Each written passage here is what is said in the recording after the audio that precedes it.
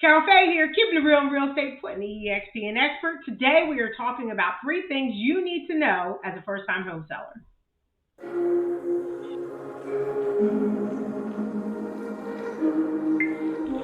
Tip number one, make sure when you're getting your house ready for sale, you put your money in a place that will give you the biggest return on your investment. There are two rooms in the house that mean the most, your kitchens and your bathrooms.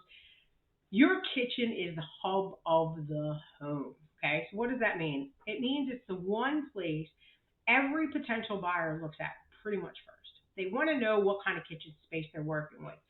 Some clients are big on entertaining, some clients are big on cooking and holidays, and they want to make sure they're going to have the space they need when those times come up. So throw a new backsplash in, throw a new fixture on the ceiling, throw a new fixture on the sink, put some new covers over your outlets and your light switch covers, throw some new handles on your cabinetry, and you would be surprised how wonderful a room can look just throwing those new touches on it with a fresh coat of paint. It's the same thing in your bathroom. Put a fresh coat of paint up. Throw a new fixture, put a new faucet on the sink, put a new doorknob.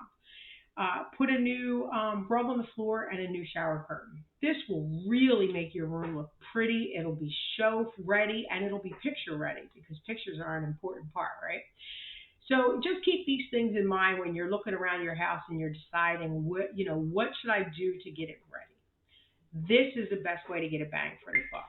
The other tip number two, you have two opportunities to make a first impression when you're selling your home. The first one is going to be the pictures that your realtor puts online. You really do want to work with a realtor who knows what they're doing. You want to make sure that your seller's agent has done this before, has a strategic plan in place, and that plan includes a professional photographer. Don't ever forget that first impressions mean everything. If someone looks at the pictures of your house and they're horrible, they are never going to come to the front door. If you go online and you look at houses and you see a picture of a house and it is beautiful, and you see a picture of a house and it's just dim and there's sun glare and you can't really see, think about which house you're more likely to say, I want to go see that house. And now remember, that's exactly what buyers are doing when they're looking at these pictures online. So that is your first impression. Your second first impression, which is just as important, is when a buyer is walking up to your front door. You want to make sure the front of your house is as beautiful as it can be, and you don't have to spend a lot of money for that to happen. Take a hose and a bucket of water, go out there, wipe down your front door, wipe down your screen door, wash your steps down, wash the railing down, make sure there's no dust and no cobwebs. Here in Delaware, we got cobweb issues, I swear to God. So you just want to make sure you get all of that taken care of. Put up a new light fixture. Again, you would be surprised how that can just brighten up the front of a house so nicely. Put a new welcome mat out, put a new light fixture up, put a new doorknob on, paint the front door maybe. These things will really step it up. Also, get yourself some potted flowers, especially in the spring and summertime. You want beautiful flowers out there. It's very warm and welcoming. They look fantastic in those pictures, which is part of your first impression.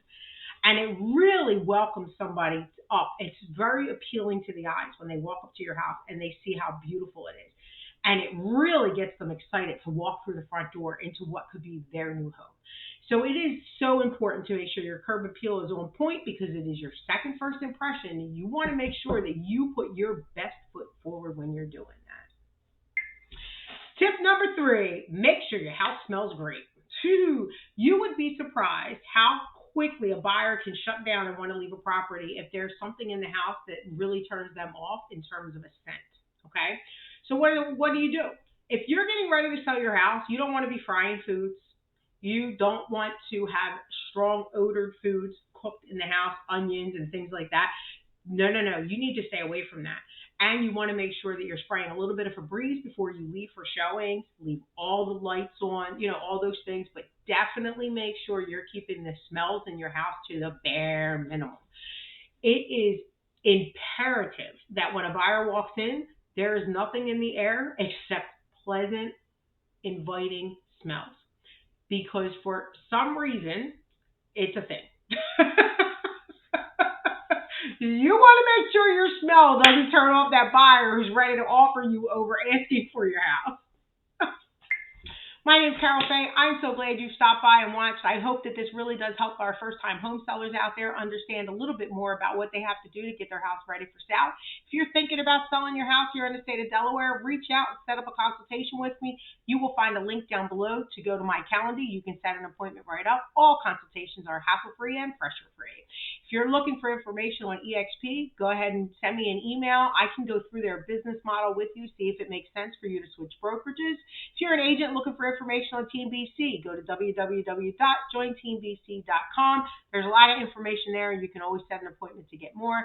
If you're looking for a copy of my cold call organizer, link is down below. Go ahead and get yourself a cold call organizer today. It is helping agents clear across the country with their cold calling prospecting. Don't forget to hit that, wrong side again. Don't forget to hit that little subscribe button and that little bell down below so you get notifications when I put up new content. That's everything I got for you today. Thanks for watching.